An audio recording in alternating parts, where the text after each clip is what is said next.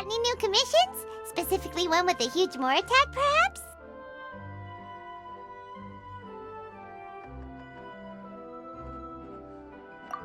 Paimon's just being enthusiastic. We're all friends now, she gets it. It's always a pleasure to see our two most avid adventurers again. Looking for the next challenge, I see. Actually, we do in fact have a rather urgent commission that is still open. Having read the details, however, I don't believe you'd consider it to be lucrative. Don't worry about that. We were just kidding. So what's the situation?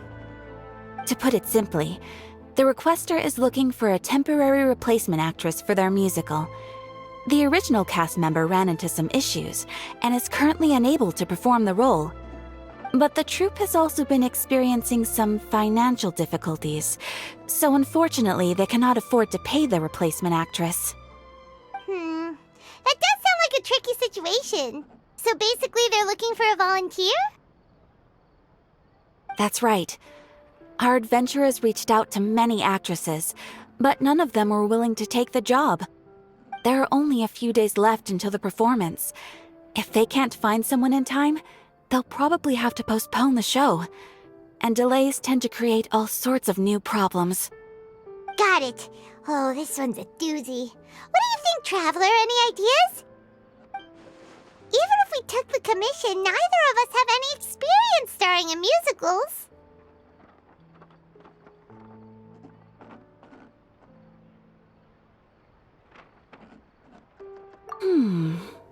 If you're interested in helping, why not start by having a chat with the requester? He's right over there. Maybe you can't fill the role yourselves, but you might be able to help him figure out another solution. Maybe there's something he hasn't thought of. Oh, it's that guy, huh? No wonder, he looks like he just ate a sour lemon. Paimon approves! Let's go!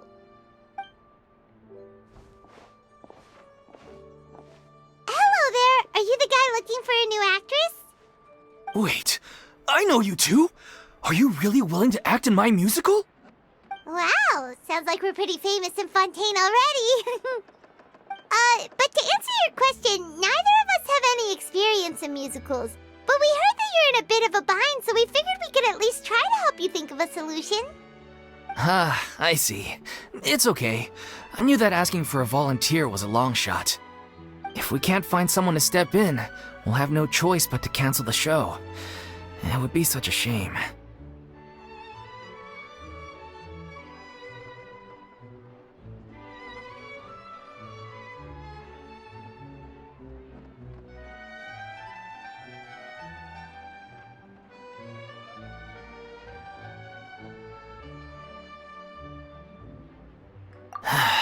That's the thing.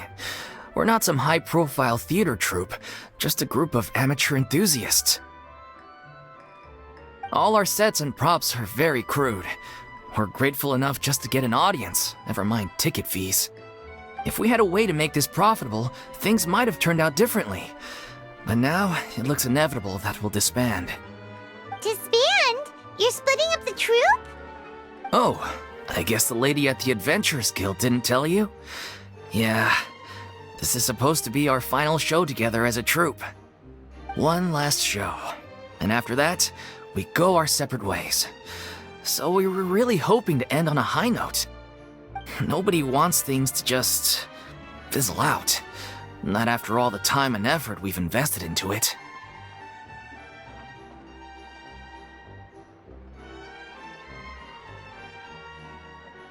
Yeah, the leading lady, in fact. She's been dealing with a chronic illness ever since childhood, and unfortunately, it flared up again recently. It really drains all her energy, so she's in no state to perform. The show just won't be the same without her. But for everyone else's sake, I still hope we can find a way to hold the performance on schedule. Got it. We have a clearer picture now. Let's see if we can come up with any ideas. What if we sponsored the show? Traveler, how much more are you carrying? Please, there's no need to go that far. I wouldn't feel right asking such a huge favor. and I can't promise that we'd ever be able to pay you back. Good point. If the actress just goes through the motions for the Mora, that's not exactly rescuing the show. We should find someone who will put on the best performance possible. Oh, wait! What about...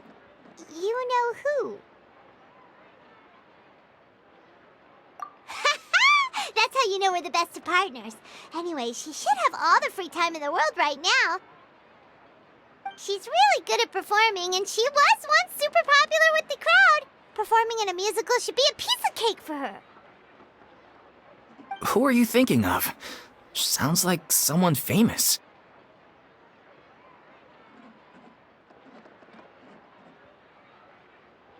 Her? You're... That was a joke, right? Nope. Paimon doesn't actually know if she's performed on stage before, but Paimon's pretty confident that she'd be really good at it. You're not wrong there. She has actually performed in a number of big-name shows before. They were one of the reasons she was so popular. But even if she's no longer the Hydro Archon, it's not like she's suddenly a commoner. She's still an idol to many people in Fontaine, including myself. I just think Lady Furina might feel a bit out of place in an amateur troupe like ours.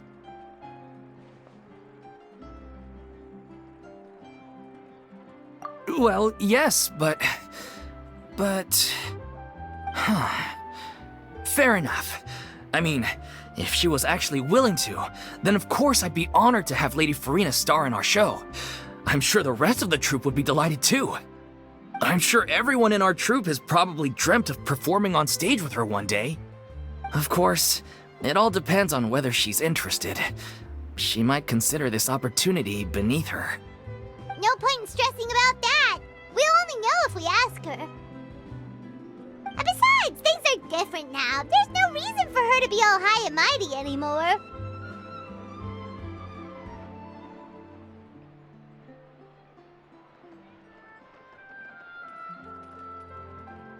Thank you for your help. I guess I'll just stay here and wait for the good news. Good luck. Wait, where does Furina actually live nowadays? She used to live in luxury at the Palais Mermonia, but she's, moved out, right? As it happens, I have her current address here. I can provide it to you. Woo! When did you get here?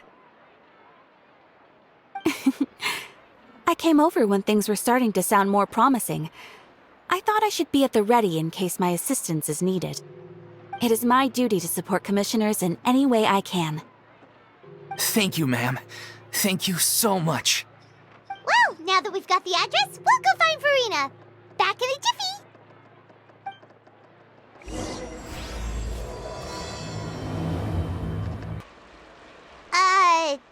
Did Catherine really give us the right address? She lives here?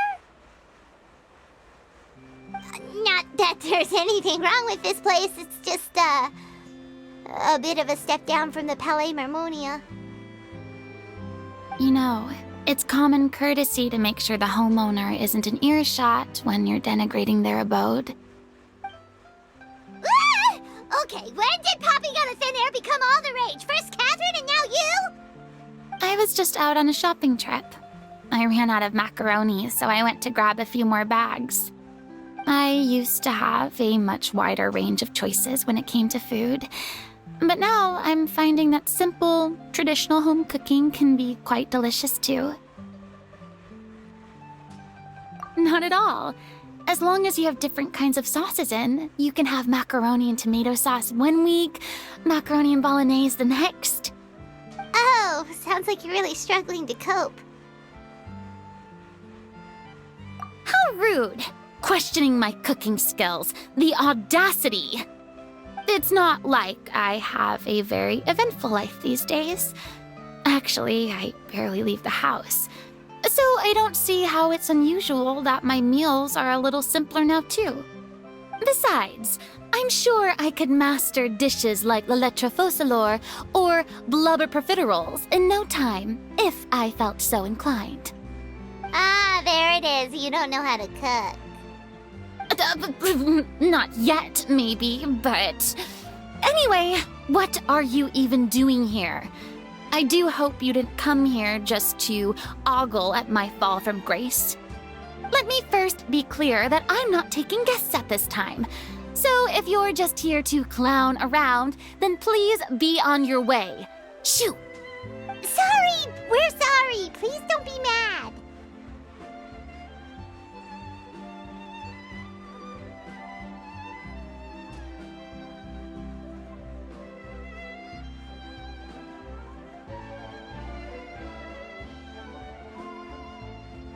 Yeah, exactly! What the traveler said! Paimon wasn't trying to make fun of you. Hang on a sec, you weren't exactly holding back either.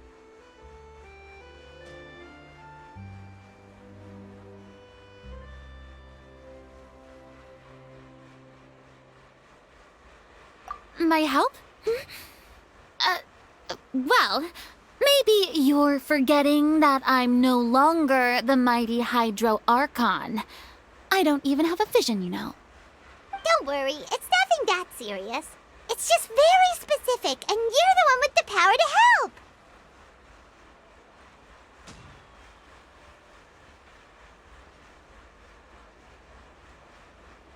Oh? Well, if that's the case, then fine. I'll spare you the lecture about your attitude just now. So tell me, what specifically makes this matter so specific? Ah, I see. I knew you couldn't have come all this way just to amuse yourselves at my expense. After all, I was once the brightest star in all of Fontaine, well-versed in all the various performing arts. A mere musical is well within my capabilities. But given the present circumstances, I'm afraid I must regretfully decline your casting request. How come? It sounds like this would be a breeze for you. True, but I have made a decision to retire from the stage. Although I am no longer required to play the role of the Hydro Archon, the time I spent inhabiting that character has left an indelible mark on me. Centuries of pretending to be a different person changes you completely. I'm not the same person I once was. Of course, that can't be undone now. It's too late, and I have no intention of reinventing myself all over again. But at least I can say that I no longer desire to play any new roles.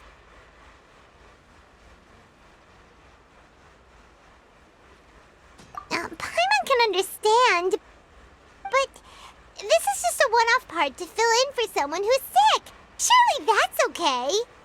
Whether it's a one-off or not, it's a boundary that I've committed to no longer cross. If I make an exception to the rule now, I'm just leaving a back door for myself, which would be the same as not having a boundary in the first place. So I'm not going to perform, and that is that. Okay, guess there's no convincing you. Well, is there anything else we can do to help out the troupe? Otherwise, they'll just have to disband without any fanfare.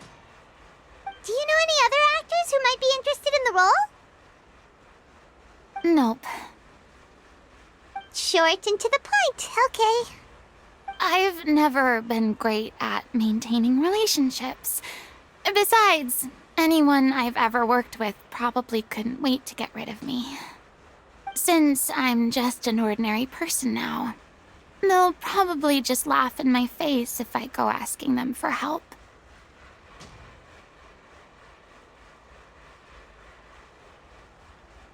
True, but I mean, could you even blame them? I show up out of the blue, begging and groveling for their help with a show they won't even get paid for? Oh, no way. I'm dying from embarrassment just thinking about it. Nope, not happening. Well, is there anything else we can do? This performance really means a lot to the guy we're working for. Have I not made myself clear? You're barking up the wrong tree. I don't want this job, nor do I know of anyone else who would. Sorry. I didn't mean for that to sound so harsh. I wish I could help, really. But if I thought I had the answer to this problem, I would have said so by now. It's all right, Furina. Paimon just wanted to make sure we tried everything. Oh, everyone in the troupe will be so disappointed. Yeah, I guess that's all we can do now. All right, then. We'll see you around, Furina. Toodaloo to you, too. I'm going home to take a rest now.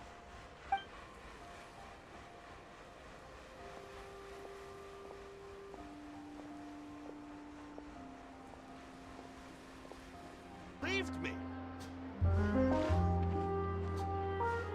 Huh? What's going on? Are they arguing?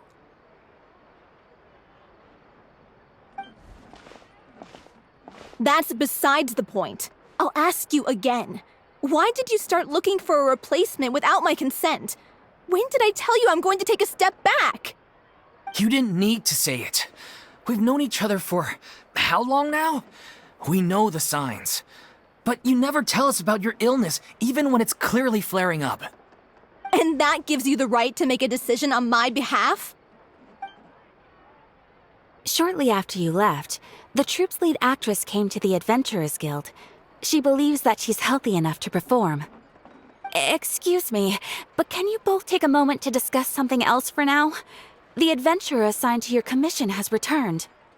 Sorry, I was just dealing with a little misunderstanding. So, how did your conversation with Furina go? Sadly, it's a no from her.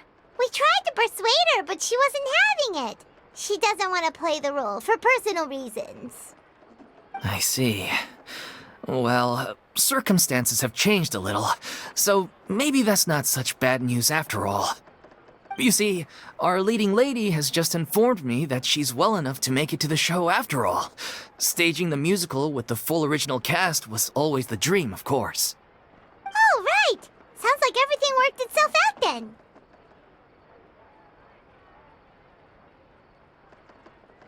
Yeah, she'd be livid. We'd get the scolding of a lifetime. Jeez, is Lady Furina really so harsh with people? Only joking, calm down. So, guess we can consider this case closed now, huh? Despite the fact that we failed to complete the commission, we were still racking our brains for ideas on the way back here. Look, there's no point arguing with you about this anymore. You've made yourself very clear, so I'll stop looking for a replacement. This is the last chance we have, though. If your illness flares up again, there won't be time to find anyone to replace you. So, are you absolutely sure you'll be able to handle it? The whole team is putting everything they have into this final performance. We have to make sure it goes ahead. Yes, I'm completely confident. I've been taking a new medication from the doctor, and it's working brilliantly. I'll definitely be able to tough it out until the performance day. I share everyone's desire to commemorate all our years as a troupe with a proper farewell show. So the last thing I want is to be left out. Every one of us thinks of this troupe as their home, myself included. You're right. I'm sorry. I let myself get too worried about the show. I should have asked for your permission first. All's well that ends well. Sounds like the show will go on.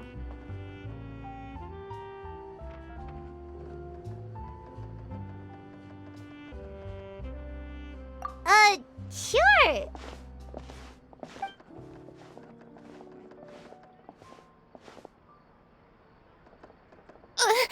Hey, how did you... I was just passing by because I realized I forgot a couple of items on my shopping list. All right, I'm coming. No need to drag me.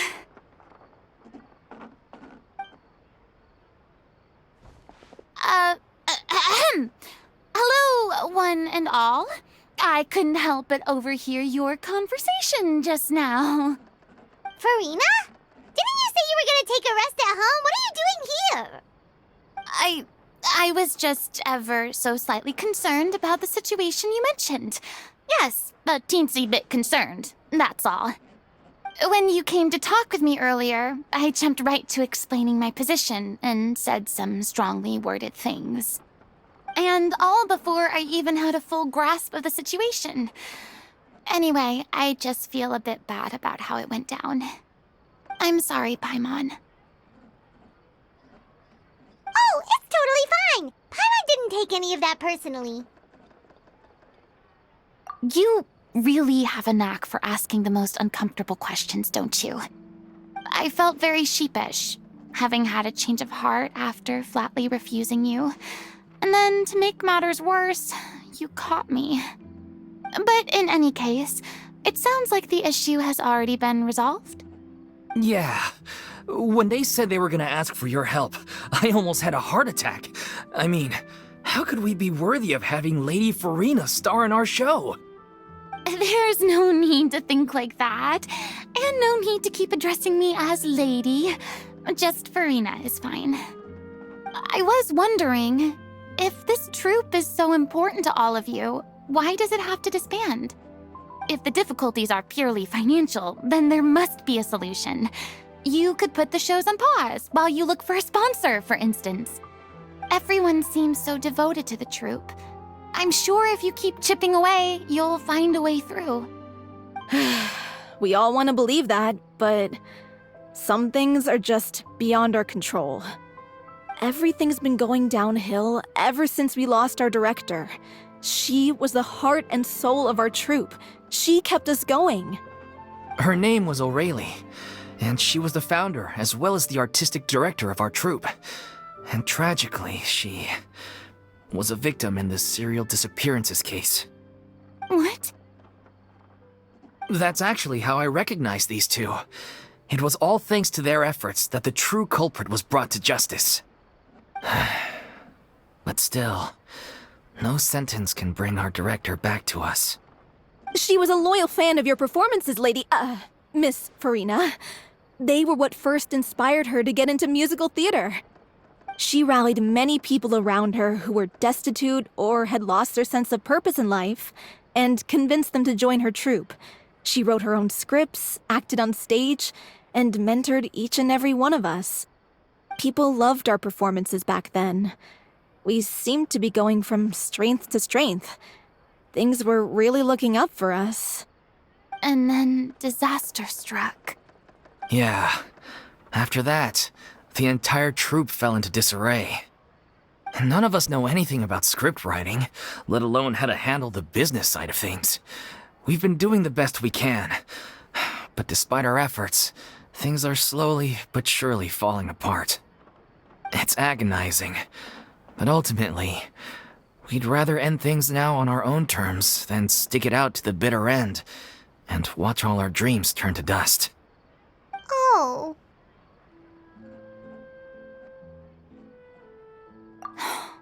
What a terrible waste. A gifted artist from humble beginnings who achieved so much and no doubt had much more to give. And then her life was so cruelly taken.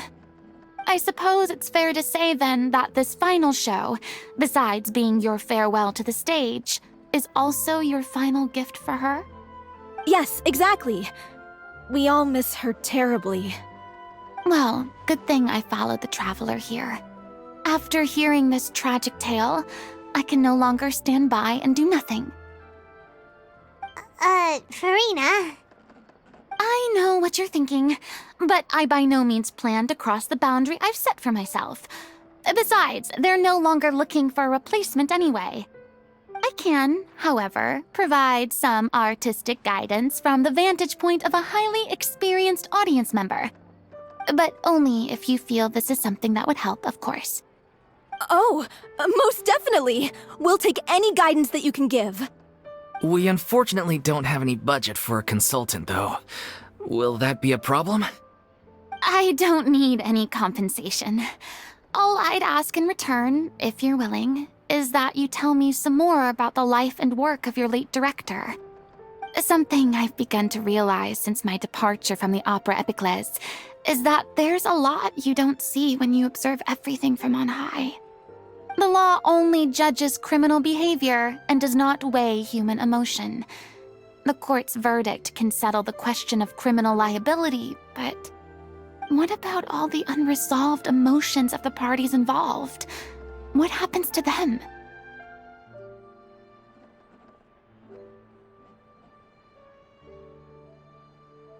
An interesting answer. But if you ask me, I think all emotion shall ultimately return home to the heart and slowly settle with the passage of time. Take, par exemple, how this troupe pines for their late director. Things such as this I have never witnessed before, and so I should like to observe, perchance to understand. Huh. Still a fan of your old dramatic monologues then, huh? You just want to get back in on the action, don't you? No. This is a completely different situation. Pearls before swine. Ah, the name's not Swine, it's Paimon! Would you be willing to join me? Come on, take a break from adventuring to listen to a story. Thank you all so much. Our director was a huge fan of Miss Furina's performances, as of course we all are. Alright, follow me. We'll go to our usual practice space. Please excuse the size. It's a little on the smaller side.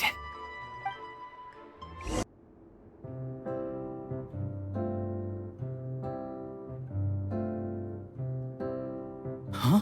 Lady Furina? What's Lady Furina doing here? Hello all. Allow me to explain. As of today, Miss Furina will be supporting our production of the Little Oceanid in the role of artistic consultant. These two over here are the ones that made it possible. They kindly reached out to Miss Furina on our behalf. I'm sure they need no introduction. You bet! That was the trial of the century! You helped bring our director's murderer to justice. We can't thank you enough. Oh, please don't mention it. We're just here to join in on the fun. So, you were saying the Little Oceanid? Yeah, that's the name of our final show. It's an unfinished script left behind by our director. One of our greatest regrets is that she never got to complete it. So, if we can bring it to the stage and make it a successful show, we can all take some solace in that. Wait, but if it's not finished, then...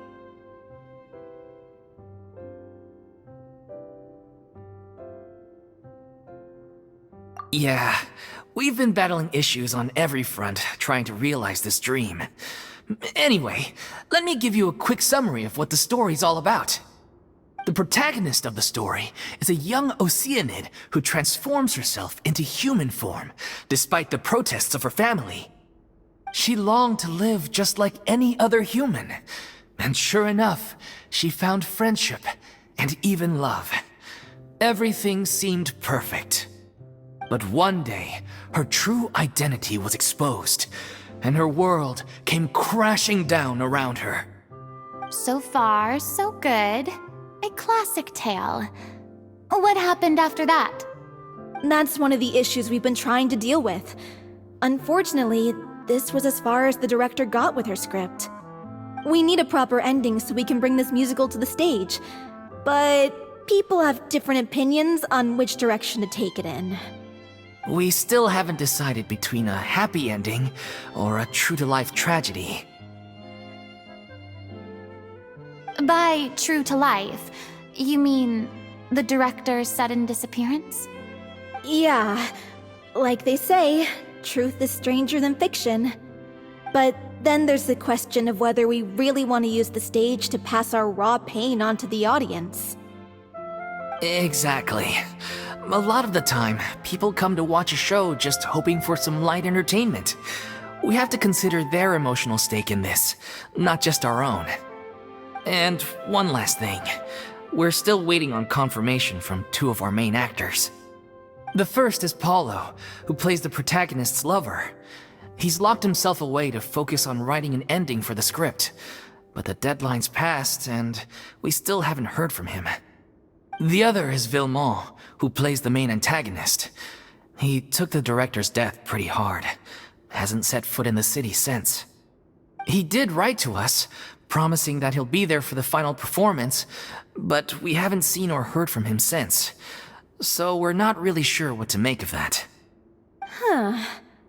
Although, now that we have Miss Furina helping us, maybe we should take the opportunity to get everyone back together. What opportunity? What do you mean? Maybe you're unaware, but your name has always been like a rallying cry for us. Our director was constantly singing your praises. All of us look up to you as a role model. Oh, stop! You're making me all flustered. Although, not in a bad way. I suspect the reason they're dragging their feet is that they have their doubts about whether the show will really go ahead, considering all the issues you've been facing. But one by one, all the obstacles are being removed. Now is the time to rally the troops. Makes sense. Okay, priority number 1, let's check in with Paulo and see where he's at with the ending. He went back to Poisson a few days ago, said that staying in a friend's home might help him to relax and escape the feeling of isolation. I thought the last thing his friend would want right now would be to take visitors, given that Poisson was flooded not too long ago.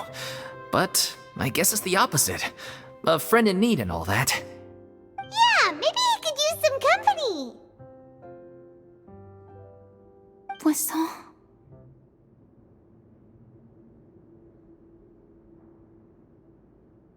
Nothing. I suppose my presence will be indispensable if we are to restore his faith in the show.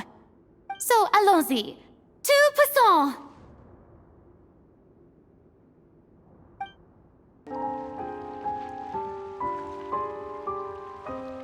If I remember correctly, this is where he's staying. Who is it? It's me. Is the script ready? You came all the way here for that? All right. Forget that for now. Just come on out. We've got some great news. Nice try. Look, just give me some time, okay? I'm just wrapping up this last part of the script. I'll be out once I'm done. Okay then. Looking forward to your masterpiece. So, as expected, he's missed the deadline. The ending is one of the most important parts of the show. Even once he's done, it isn't final until we've all had the chance to read through and make sure we agree on it. Someone told me they'd just seen you in Poisson. I assumed it was a case of mistaken identity, but sure enough, here you are. And Furina, too.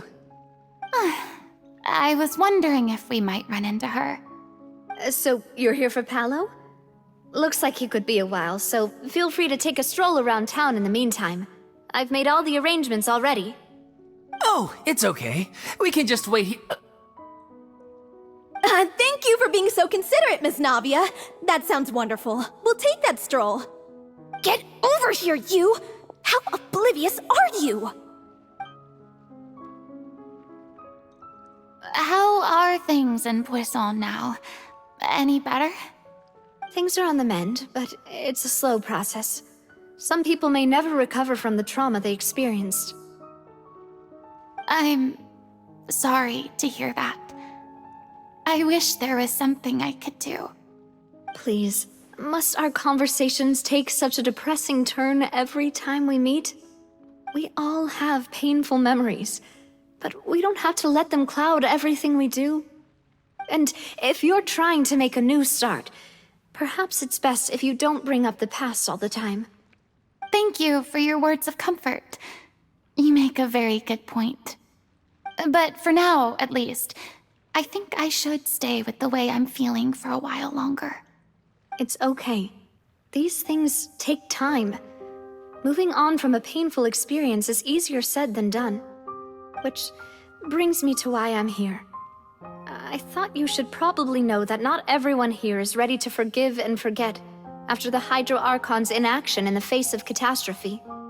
To avoid upsetting the peace, I told the townspeople that everyone here is a member of the theater troupe, and that you are just an actress playing the role of Furina.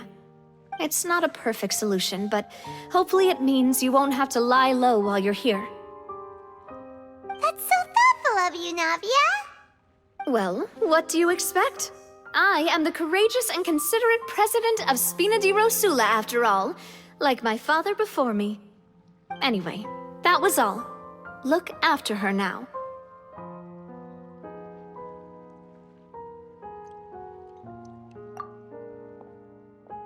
Off we go then. Let's take a look up there. I don't have any friends that I can be frank and honest with, so maybe she's right. You're the closest thing to friends that I have.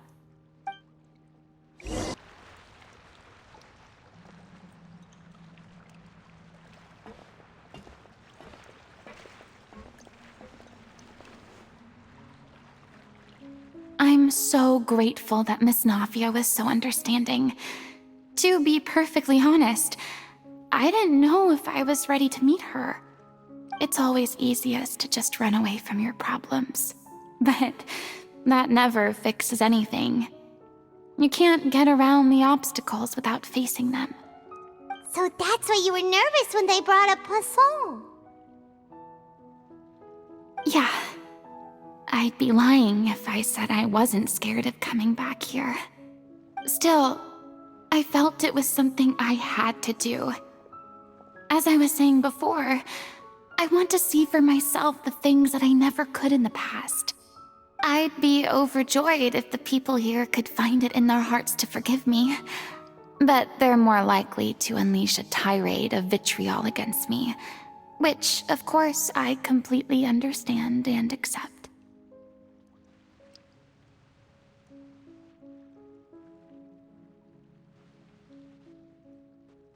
Yeah, I can tell people are watching me.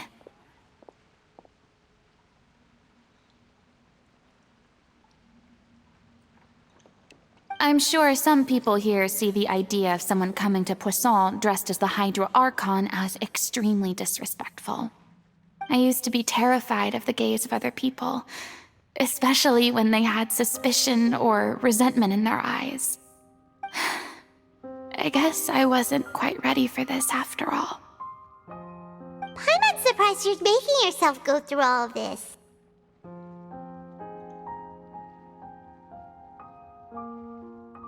What do you mean by that?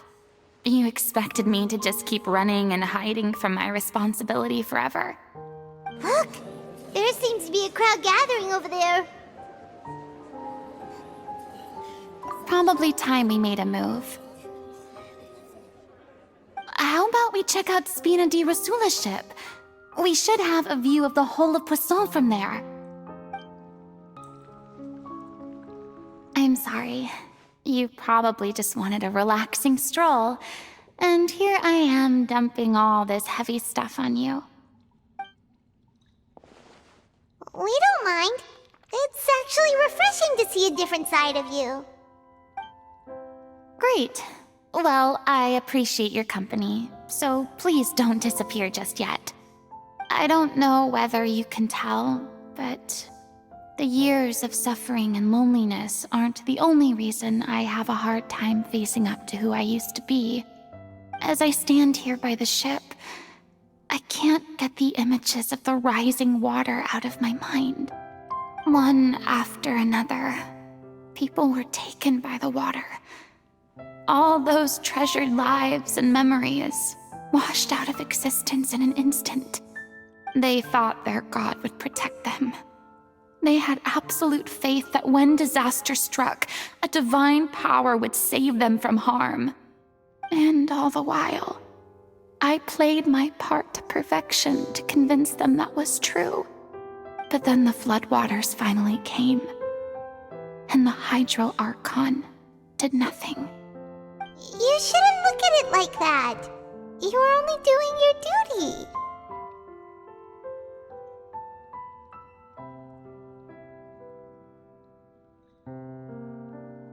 I've had to go through so many moments like that for the sake of protecting the truth. As time went on, it got harder and harder to bear, and I became more lonely and isolated. Eventually, I realized I had nothing left except the truth. I became terrified of completely failing in my task, and was haunted by the thought of being left all alone, weeping on my throne. Fortunately, we were able to avoid the worst-case scenario thanks to the help of heroic individuals such as yourselves. Everyone rose to their responsibilities, and I finally regained my freedom. But on some level, freedom also means no longer being needed. I have no further use to people. Paimon would have never imagined you'd see it that way. A reward?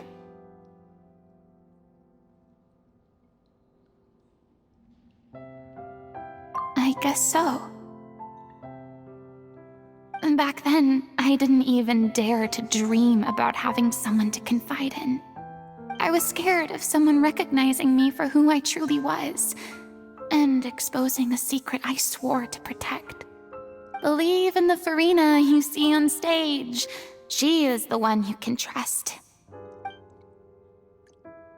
I had to keep all my feelings, all my curiosity about life to myself. No one could be allowed to know. That's what I really meant when I said I'm no good at maintaining relationships. So that's where you were coming from. Paimon totally thought you were just a bit of a diva at heart. Could you please get off my case? I don't know what's gotten into you today. I'm making an effort here. You could at least try to do the same. I do. I once had nothing but the truth, and now I'm finally free to live my own life again. And even though I have no idea where I'm going right now, at least the choice is in my hands. All right, it's about time to head back. Paulo should have finished the ending by now. Sure! Okay, let's head back and check it out. Didn't you say you needed to watch what you eat? You're supposed to be cutting down on fried foods, not wolfing down copious quantities of fish and chips, you know? Come on. It's not every day we get to dine at Spina di Rosula's expense. Can you believe how generous she is? I'm not about to pass on free food. Anyway, my character doesn't need to be slim and good-looking. That's your job. Are you kidding me right now? It's not your character's health I'm worried about, it's yours. I've spent my whole life battling the effects of ill health, and it kills me to watch you willingly ruin yours by filling yourself up with junk all the time. Oh no, looks like they're arguing again.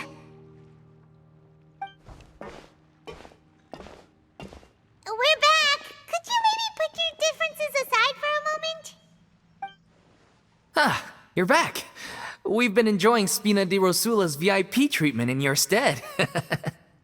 Paulo's nearly done. We shouldn't have to wait too much longer. Great! So you were discussing your characters, right? We heard she's playing the Oceanid who turns into a human girl. What about you? Me? I'm an Oceanid too.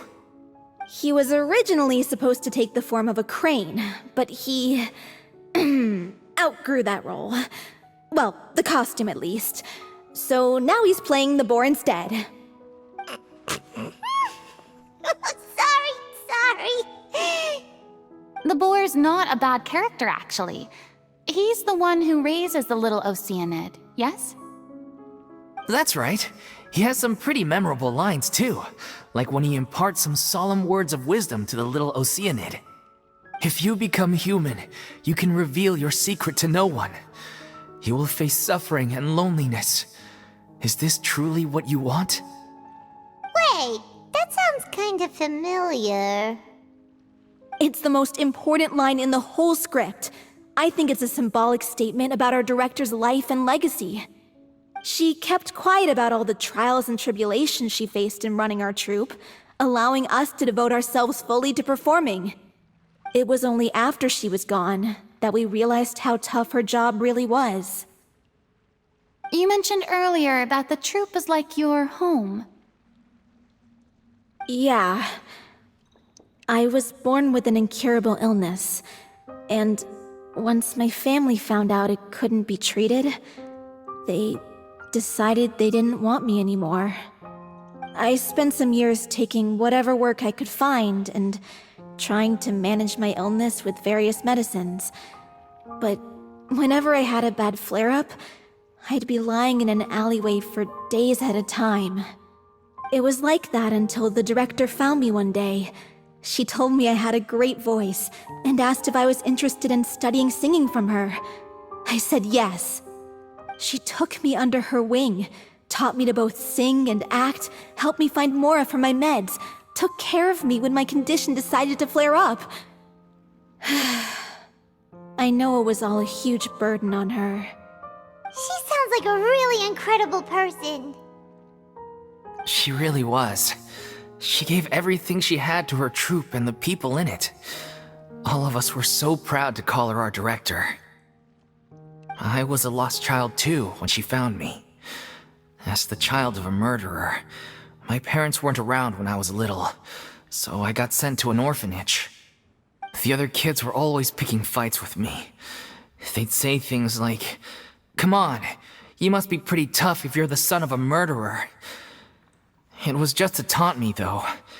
I was an easy target, and they knew it. One day, I got beaten up so bad that I just couldn't take it anymore, so I ran away. I lost all faith in humanity by that point. Thought the whole world was out to get me. Let me guess. Fortunately, the next person you ran into was the director. Yeah. For the first time in my life, I was somewhere I felt safe. And I promised myself I'd stay here until the day the group parted ways. The day you hoped would never come. How times change. Oh, you're finally done? Get your butt over here. There's someone I need to introduce you to. This is our new artistic consultant, Miss Furina. Furina? The Furina? Oh my god, how did you manage to wrangle that? Please, the honor is all mine. I was profoundly moved to hear about your troupe and your wonderful director. I just wanted to do something to help. Same here. Even so, this is just...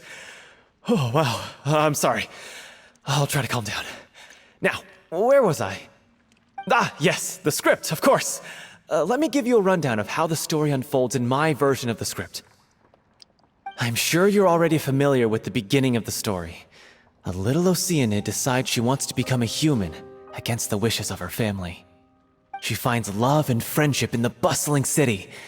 But then, disaster strikes. The people start to notice that all the fresh water in the surrounding area is slowly disappearing. The soil is becoming arid, plants and flowers are withering, and the people begin to panic.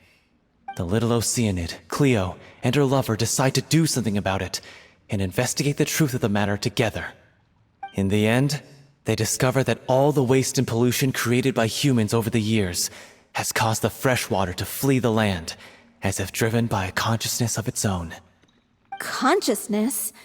You mean the water is sentient? Water as a conscious entity. There's actually quite a few stories that explore this theme. Since the Little Oceanid is a water spirit, she immediately understands how the water is feeling. She then tells her lover about her true identity, as well as the truth behind the crisis. Her lover accepts her for who she is, and works with her to find a way to bring the water back. However, unbeknownst to them, there were some people eavesdropping when she revealed her secret. The Little Oceanid is accused of being directly responsible for driving the water away, and faces the greatest dilemma of her life. And then? In the end, she makes the brave decision to sacrifice herself to save her lover, and the rest of humanity. Huh? But didn't they all treat Cleo like a villain? Why would she want to save them after that? Well, she mainly wanted to save her lover, plus everyone who'd stood up for her. Through her love for her human partner, she was able to find an even greater love, one that extended to all of humanity. Surely the biggest strength of Cleo's character. There's actually something else that bothers me. You know the protagonist is supposed to represent the director, right? And she never had the chance to become a hero in our world. If we're serious about dedicating this show to her memory, we should make the ending as true to life as possible. What about if the Little Oceanid is hounded to death by people who hate her, her lover makes sure her secret never gets out, and humanity continues down the path to extinction? That sounds like too cruel of an ending to me, and perhaps a little irresponsible to present to the audience. That ending would be a perfect mirror to Director Aureli's death, both arbitrary and meaningless. On the day when she went missing, Director Aureli had instructed us all, somewhat out of the blue, to leave the court of Fontaine and wait for her outside the city. We waited and waited at the rendezvous point, but she never came. By the time we returned to the city, she disappeared without a trace. We looked for her. The Gardamex looked for her, but she was nowhere to be found. Increasingly, all the signs seemed to point to her being the latest victim in the serial disappearances case. The director was the kindest soul in the world, yet she was senselessly sacrificed for the sake of a so-called experiment by someone who had nothing to do with her at all. But doesn't the way she suddenly told you to leave the city suggest that maybe she had some sense of what was about to happen? It almost seems as if she was moving you to safety. I've been trying to follow up on that ever since, but all my efforts so far have turned up nothing. Villemont might know something, but he won't open up to me. Villemont? The one who's playing the role of the villain? Yeah. He's been overwhelmed by grief. I think the director's death hit him hardest of all. Grief? Guilt, more like. Also, I have a hard time imagining that anyone took it harder than me. Because, well, speaking of the play being true to life, I was deeply, madly in love with Aureli. What? You kept that one quiet. It's time to be upfront with you all. No more keeping secrets from each other. We'll never be able to agree on the ending if we can't be honest about how we feel. I did tell her how I felt once, but she turned me down pretty much straight away. She said that we were all like brothers and sisters to her, and she'd never considered us as potential romantic partners. Not that it came as a shock or anything. It was what I was expecting to hear. So I told her I'd always be there for the troupe, and I'd always be there for her. I said, maybe one day in the future, when everyone's settled into their own lives and on the up and up, and managing the troupe no longer required her constant attention, well, maybe then she could reconsider what she really wanted in her life. And now, that day will never come. Paulo. So if I'm the one writing this ending, then I'm gonna make sure it does right by Aureli. I won't let anyone get in the way of that. In that case, you have to straighten things out with Villemont once and for all, face to face. We've all had our differences of opinion over the ending, but those two have never seen eye to eye on anything. One of them has to compromise if we're ever going to reach a final decision. Well, if that's where we're at, looks like it's time to go visit Villemont. Are you ready to face the truth? Honestly, I'm slightly terrified. But for the sake of our final performance, I'll do whatever it takes. Funny you should ask, though. You really do get what I'm going through right now. I certainly do. Come on, everyone. Allons-y!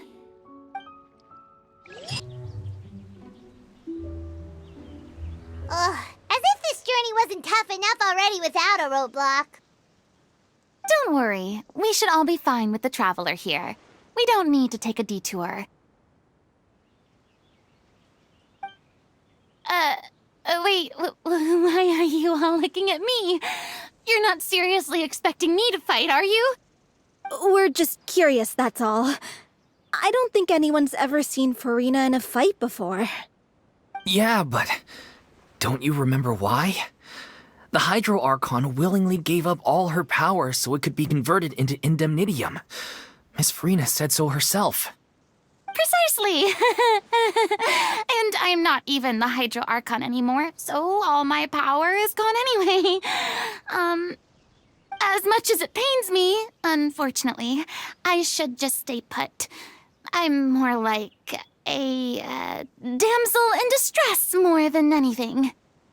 That sounded so smug. Ugh, secondhand embarrassment is unbearable.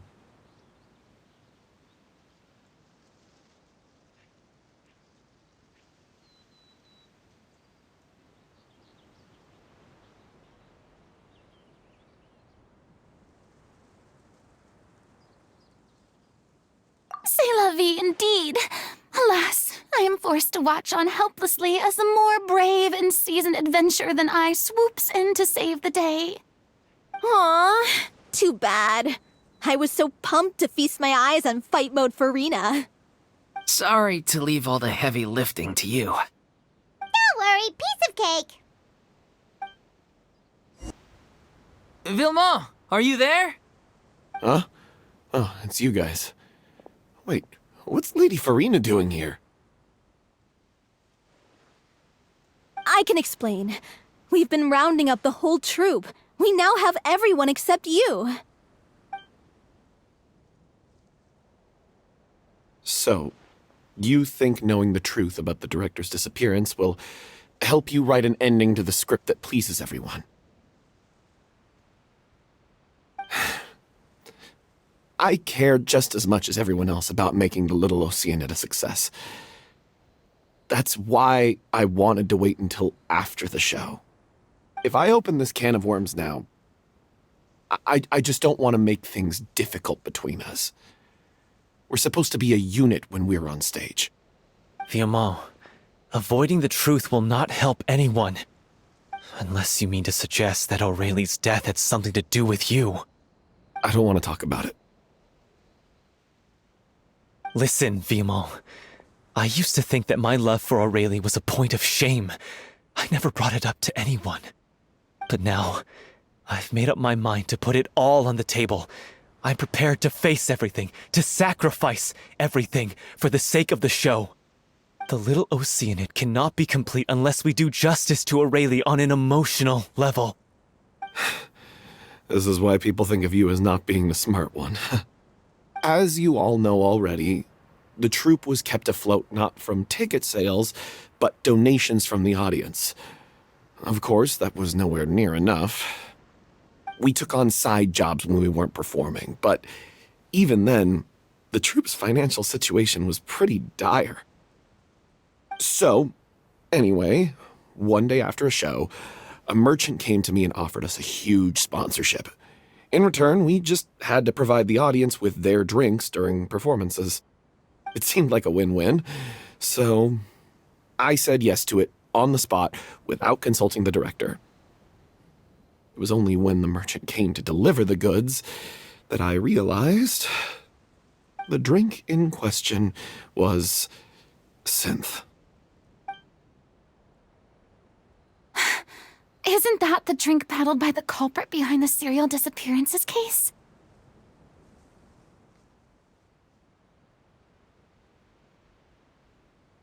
I freaked out when I saw the boxes.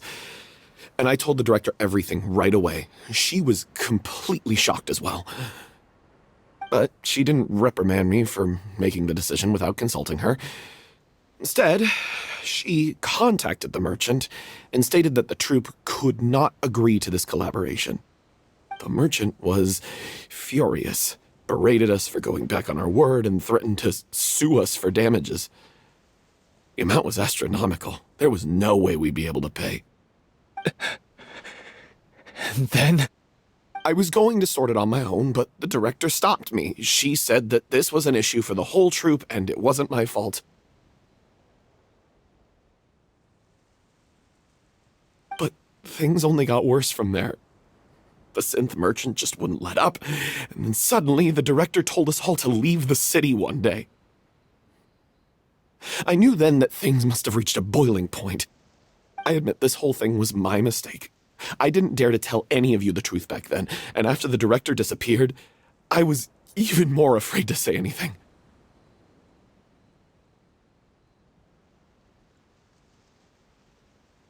Yeah, I got Aurelie killed. There, I said it. Happy now? Hey, don't say that. You traitor! You knew Aurelie was in danger. Why in God's name didn't you tell us? What do you mean, you were afraid? This was a life and death situation. We could have saved her! How could you be so stupid? Please, try not to get too worked up. Yeah, listen to him. You need to stay calm. Stay calm? How can I stay calm? This guy got Aurelie murdered. She was the love of my life. And he has the gall to try and high-road us, claiming that he kept his mouth shut for the sake of the show.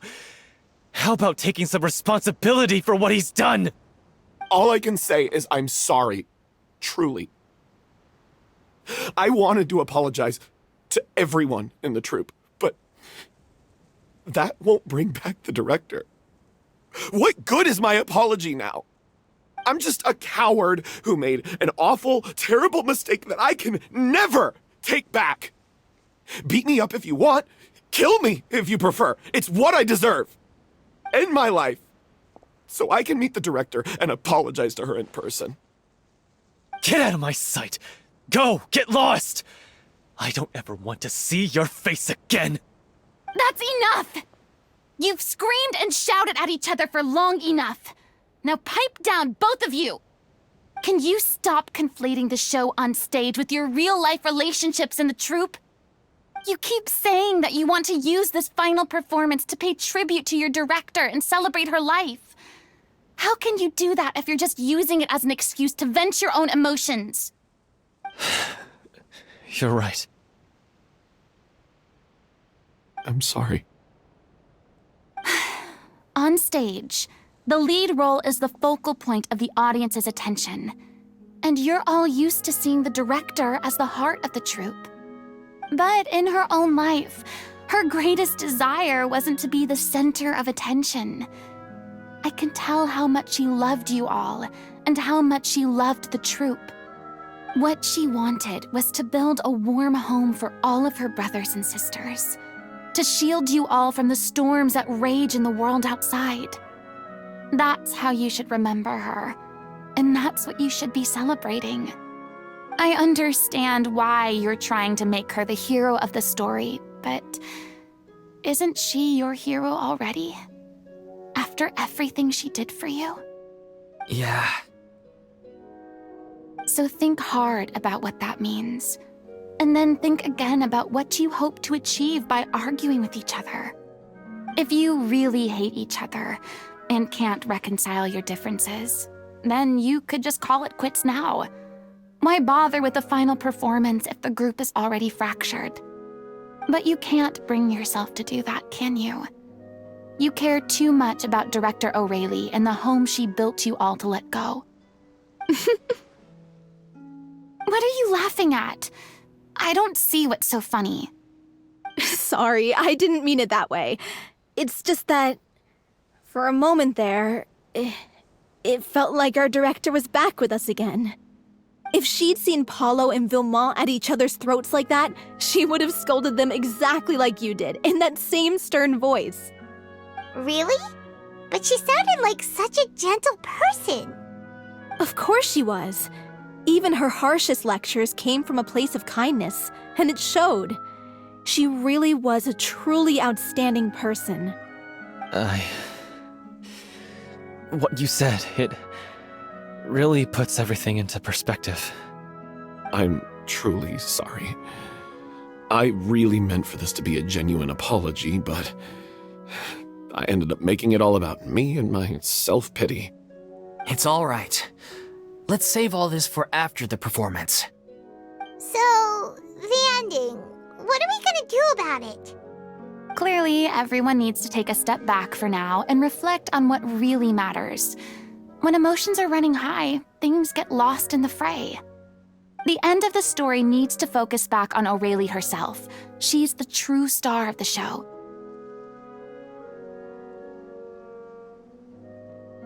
What do you mean? The Traveler is right. You once investigated that underwater synth base and recovered items belonging to the victims. If you could find anything that Aurelie left behind, perhaps we can get a better sense of what she went through in her final days. You really think that's possible? I trust that nobody would object to the ending of the story being based on Aurelie's true feelings. No. Well, we'll leave this in your capable hands. Come, let's pay a visit to the Palais Mermonia. The rest of you, head back to the rehearsal location for now, and wait for our good news. You want to review some recovered items connected to victims of the serial disappearances case? But, that case has been closed for quite a while now. Still, since you were the ones who discovered and submitted the evidence in the first place, you don't actually have to submit an application. Okay, please hold on. I'll have someone dig them out.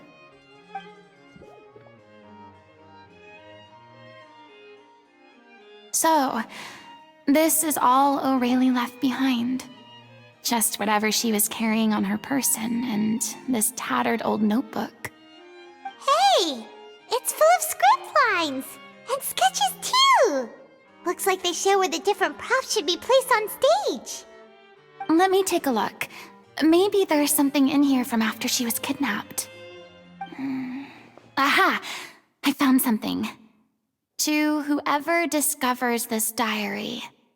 Let's see. Looks like she kept a detailed record of her captor's actions. She even mentions the truth behind the experiments on dissolving young women. If we'd had the chance to examine this notebook carefully back then, it would have been a conclusive piece of evidence proving Vachey's guilt. Vachey took so many lives. It's still so unthinkable how many victims he had. I guess Aurelie must have written all of this down in the hope that her records would one day be of use to investigators. Wait, it cuts off.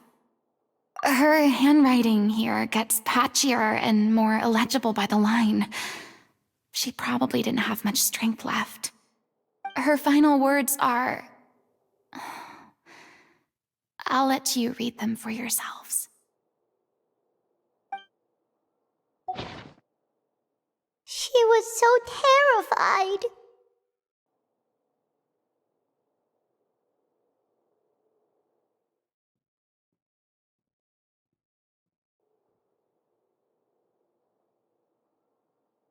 She may have been a mighty hero in the eyes of her troop, but at the end of the day, she was only human.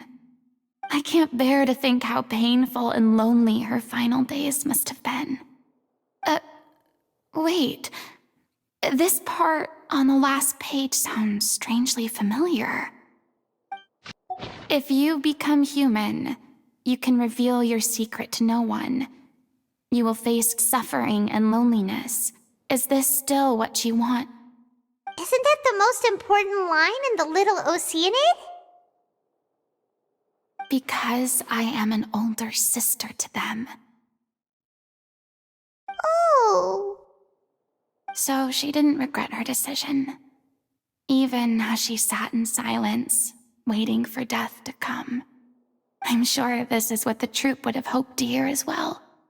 She had their utmost trust, admiration, and love, and she truly deserved it. Let's go. It's time for them to learn Director Aurelie's final thoughts.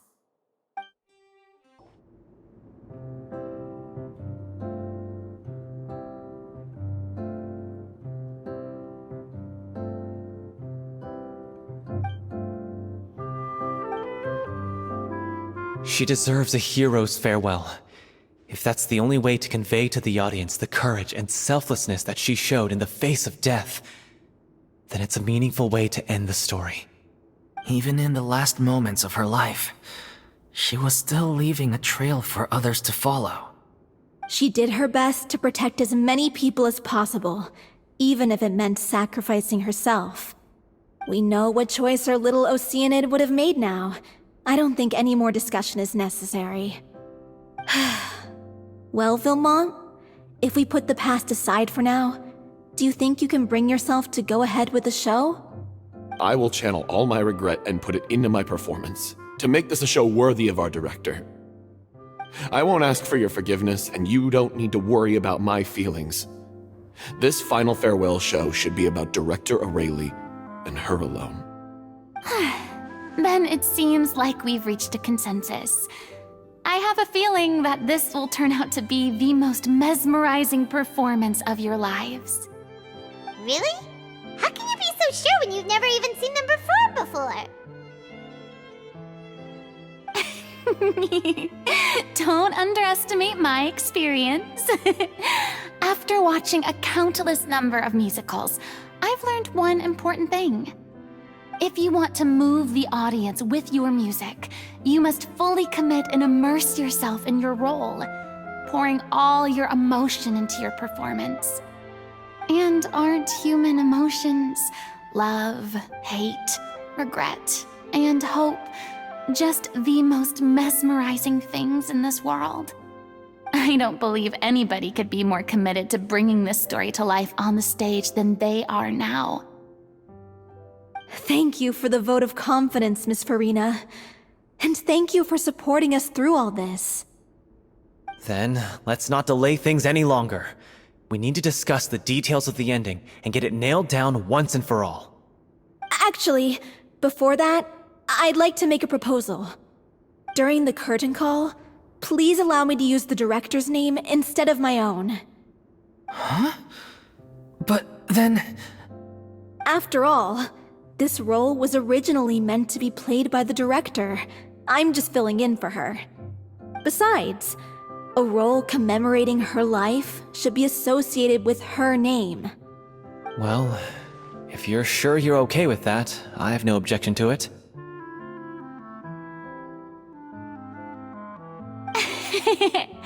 Now we're talking like a serious acting troupe. All right, I'll leave you to fine-tune your musical while I go and procure a stage. Procure a stage? Oh, it's okay. Our usual place doesn't need a reservation. That place? Oh, don't be silly. For an extraordinary show, we need an extraordinary stage.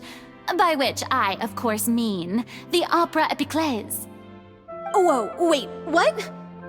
No, that's never going to work. It's far too fancy for the likes of us. What are you afraid of? Surely you don't think that Aurelie's story is unworthy of the grandest stage in Fontaine. No, though that's not what I meant. It is supposed to be your grand finale, right?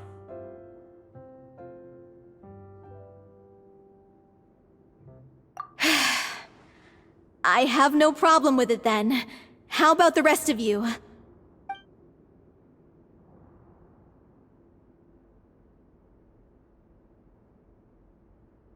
I'll take your silence as a yes.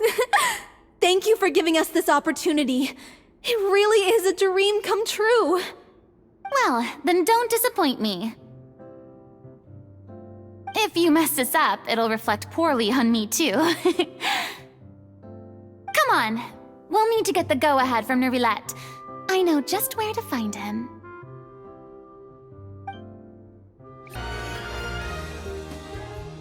I knew you'd be here. I'm here merely for a short break.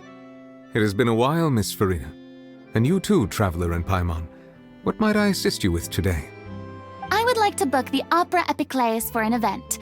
You see... I understand. The process for booking the Opera Epiclese is complex and can be somewhat cumbersome. But given that the request is coming from the three of you, I see no reason to make things unduly difficult. The story of the Little Oceanid is most fascinating. I'm looking forward to seeing it performed on stage. I will say, however, that I am surprised to see your passion for the performing arts rekindled after all that has happened. Huh? What do you mean? Do I look excited? Yes, and this is the first time that I've seen you like this since your departure from deityhood. At first, I just felt bad about rejecting them, so I wanted to learn a little bit more about their situation. But one thing led to another, and, well, here we are. In the past, we sat in our high chairs in the court, giving our opinions on isolated cases, all while knowing very little about the human stories behind each and every one. Maybe it's because I finally become an ordinary person and gained my freedom, but I've developed a great sense of curiosity about their lives. I am truly delighted to see you find a new lease on life. Now that you've regained some confidence, have you had any thoughts regarding a return to the stage? Why would you suddenly ask a question like that? Well, if the Little Oceanid turns out to be a great success, it will no doubt become a classic. Many theater companies are certain to add it to their repertoire. The experiences and decisions of the protagonist, Cleo, are all modeled after your own. Naturally, this makes you eminently suited to playing the leading role. It would truly be a shame if you did not take this opportunity to allow audiences to enjoy your outstanding acting talents once more. Haven't I already made myself clear? I won't act or perform in any role ever again. No exceptions. Nor do I think it is any great shame. There is no lack of fine actors or inspirational stories, either on or off the stage. This experience is a case in point. I feel like I've learned a lot, and it has already been well worth the price of admission. I must admit, though, I'm a little envious. They're quite fortunate to be able to bid farewell to their past in such a magnificent manner. I see. Well, I'm glad to learn that you have found a role to play that you enjoy, be it on the stage or not. I sincerely hope the show will serve as the grandest of finales. I will have my staff book the date and mail the relevant paperwork to the troupe once the details are confirmed. Thanks, Nervalette. You are very welcome. Many people were once enthralled by Lady Furina's performances, myself included. I hope that one day she'll be able to understand that our appreciation was always sincere. Good news, everyone! It's done! The Opera Epiclese is booked. Thanks to my eloquent and impassioned speech, Monsieur Nervalette was moved to provide us with a fitting stage for this special performance. We've had to fight every step of the way for this opportunity, but we now have all of the ingredients necessary to stage a truly spectacular performance. A touching story, a magnificent venue, and last but not least, a passionate and dedicated cast. Now, let's work together and make this show the best it can be. This is truly wonderful. The sooner we can finalize the ending, the more time we'll have to rehearse. Fiumali and I just went over some parts of the script and tweaked a few things. I think it's really going to resonate with the audience now. Wow, you two had a constructive conversation? That's great! Oh, communication is vital to any good performance. Look at us! We've come so far. I never could have pictured this scene a few days ago. It's amazing! Even though Furina's still being a bit of a drama queen about it all, she's really fired everyone up! Please feel free to give us any comments or suggestions you have. We really value your input. Hey, Loic, get over here. Time to practice the opening number.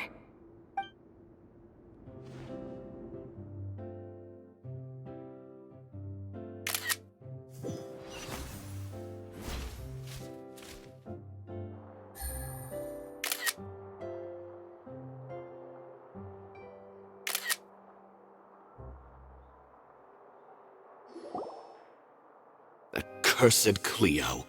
She stole the waters of life from us. She's a fraud, and she must pay for her crimes. This has nothing to do with her. The ignorance and hatred of our people is to blame. How can we hope to win back the water's favor if we don't change our ways? This guy could be useful. Take him hostage! If Cleo wants him back, she'll have to show herself. Leave this place, oh Little Oceanid, and never, ever look back!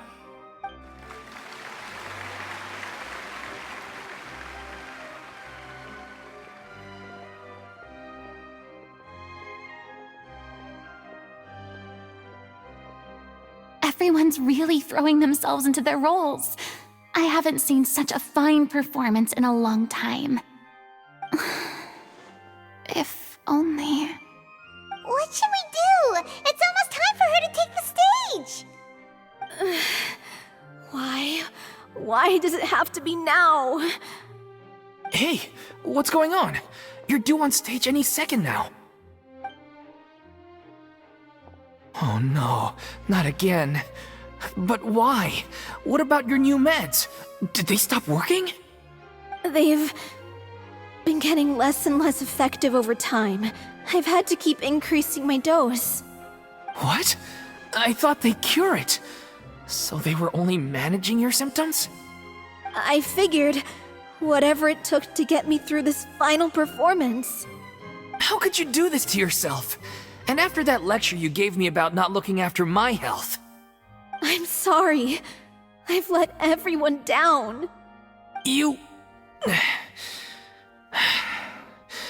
This is a conversation for another time. How can the show go on without its star performer? Miss Furina, I'd like to make a request of you. Say no more. If you're sick, you need to rest. I know what you're going to ask. Loic, your character has no more scenes, correct?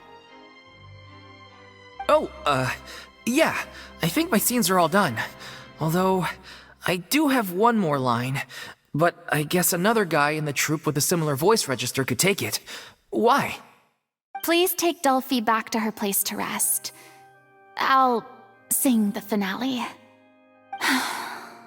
From the sublime to the ridiculous. After all that, everything's come full circle. Thank you, Miss Furina. I'm so sorry to put you in this position after everything you said. Never mind. What's done is done. It's really my own fault for getting in too deep. No one likes regrets, myself included. Leave it to me. I've watched you rehearse so many times that I've learned Cleo's part by heart. I do not doubt your acting skills, but please allow me to ask just one more question. After all, this show is dedicated to the life and legacy of our director. What, in your opinion, is the reason Cleo shines so brightly? It's her pure heart. Despite all the pain and loneliness she had to endure, she never once stopped believing in the beauty in this world. Well said. I leave Director O'Reilly in your hands.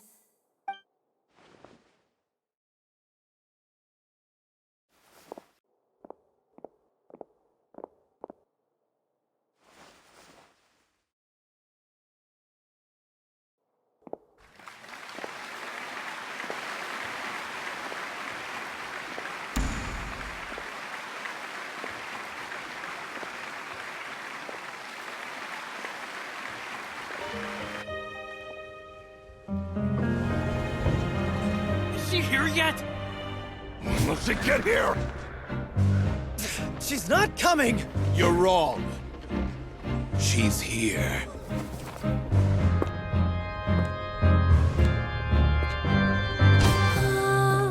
Si je pouvais vivre dans l'eau, le monde serait-il plus beau?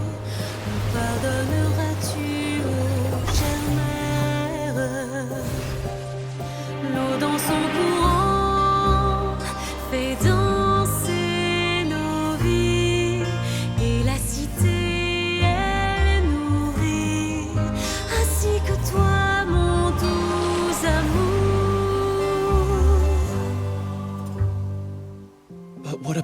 wish?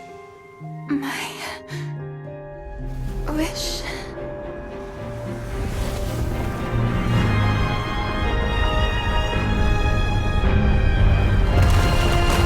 If you become human, you can reveal your secret to no one. You will face suffering and loneliness. Is this truly what you want? Le grand amour ne suffit pas, seul un adieu fleurira. C'est notre histoire de vie, douce et amère. Moi, je serai toujours là, à voir le monde et sa beauté, et ça ne changera jamais, jamais.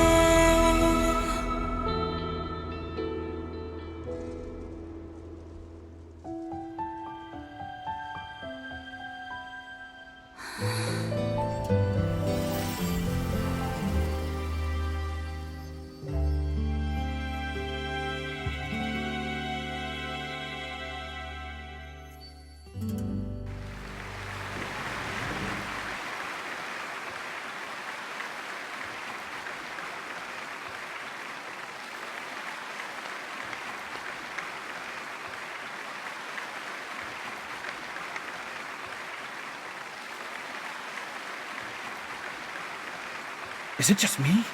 Or was that Lady Furina on the stage just now? She hasn't been seen for a while now, and she just appears out of nowhere? Gotta say, though, her acting skills are as superb as ever. The Little Oceanid, Cleo, played by Aurélie Fumont.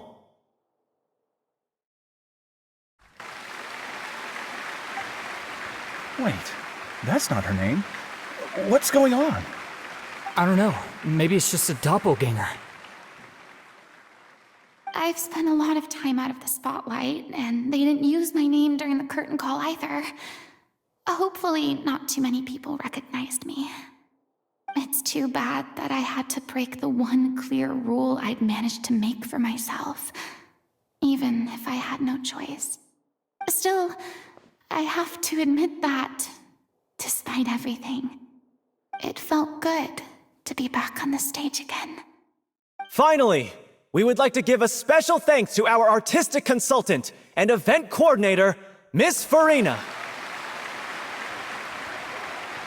Hey, that's not what we agreed on!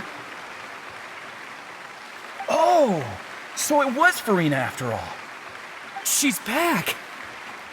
Honestly, what is he doing? He should have run that by me first. All right, calm down, don't be mad. This was a group decision. We just didn't want your contributions to go unacknowledged. After all, it's been the rule in Fontaine since ancient times that everyone's work, visible or invisible, is equally deserving of recognition. Yes, I know the rule, but it should still be applied on a case-by-case basis. I wasn't ready for this yet. It's no big deal. What's the worst that could happen?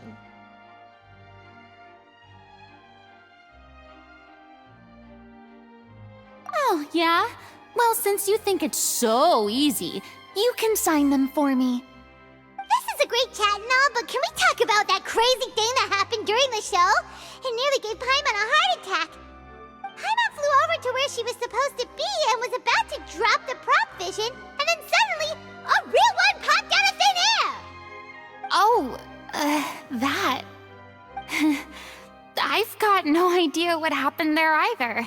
But hey, it worked pretty well, didn't it? I'll bet the audience has never seen such a realistic prop. Wait, what about Dolphy? I wonder how she's doing. Oh, let's go check on her as soon as we finish clearing the stage. Yes. Plus, she'll definitely want to hear how the end of the show went. If nothing else, we can safely say that we accomplished what we set out to do.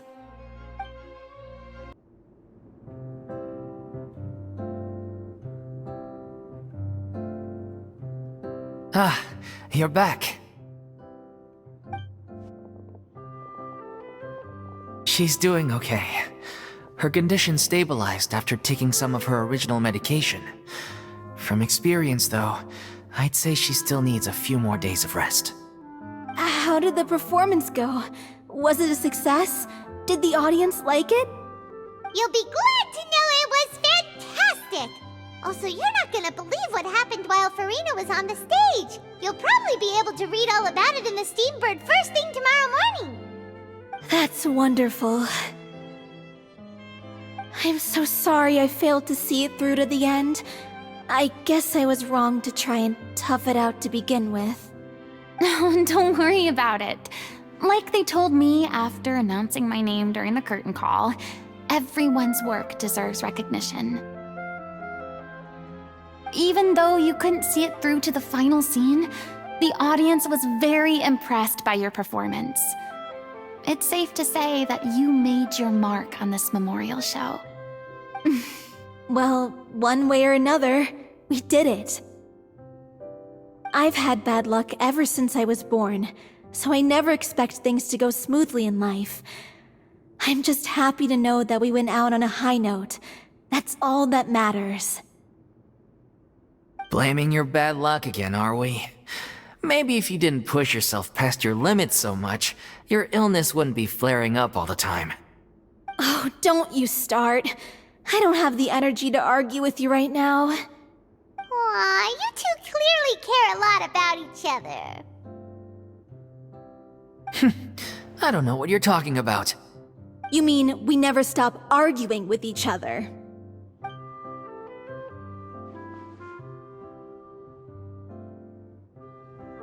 So, any plans for the next step? After the brilliant performance you put on, the reputation of your troupe is sure to spread through Fontaine like wildfire. You won't have to disband if you don't want to. You could capitalize on the rave reviews and license out the Little Oceanid to the bigger theater troupes out there. That would do wonders for your financial situation. No, we should still disband. Yeah, it's what we all agreed to.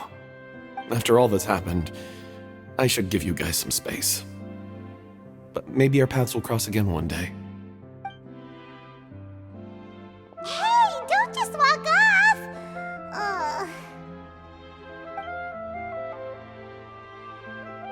I still want to keep performing, so I might join another troupe. After watching Miss Furina's performance, I think I'm starting to understand our director's infatuation with musicals. You should do it. It suits you. I'd originally hoped to keep performing too, but I don't know if my health will allow me to. Oh, so now you finally got your priorities in order. I guess I'll hold off until you've properly recovered as well. What about you, Miss Furina? Any future plans? Well, frankly, I think a return to obscurity is no longer an option for me. I'm sure a slew of consultancy requests will hound me wherever I go, until I finally acquiesce. You rather sealed my fate there with your special thanks at the end of the show. Sorry. It's quite all right. No need to apologize. What I meant to say is that this whole experience has shown me that perhaps I'm not as averse to a return to the stage as I'd previously imagined. Maybe Nervilette was right. Maybe Cleo is the right role for me. I still don't wish to pretend to be someone else, but I do have a desire to express myself. So, maybe the show will go on for me after all. Yeah. There was once a time when I was an actress in a masquerade, seeking only to hide the truth. But from now on, I want to spend my time learning real stories about real people and how they touch the lives of others around them. I want to watch them blossom and wither, see them refined on the page, retold on the stage, and remembered long into the future. I'm sure this is what captivated director O'Reilly as well. Sounds like you're ready to stop running from your true calling. The more you get out into the world, the more you'll discover what a fascinating place it is. Then it's a deal. If a vision is a gift from the gods, then I should do my best to honor it.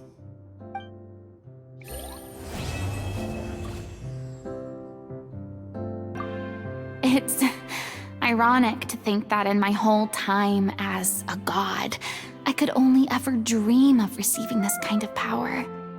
And now that the gods have given me their blessing, it actually feels more like I'm finally able to take my fate in my own hands. Is that how humans feel about it as well?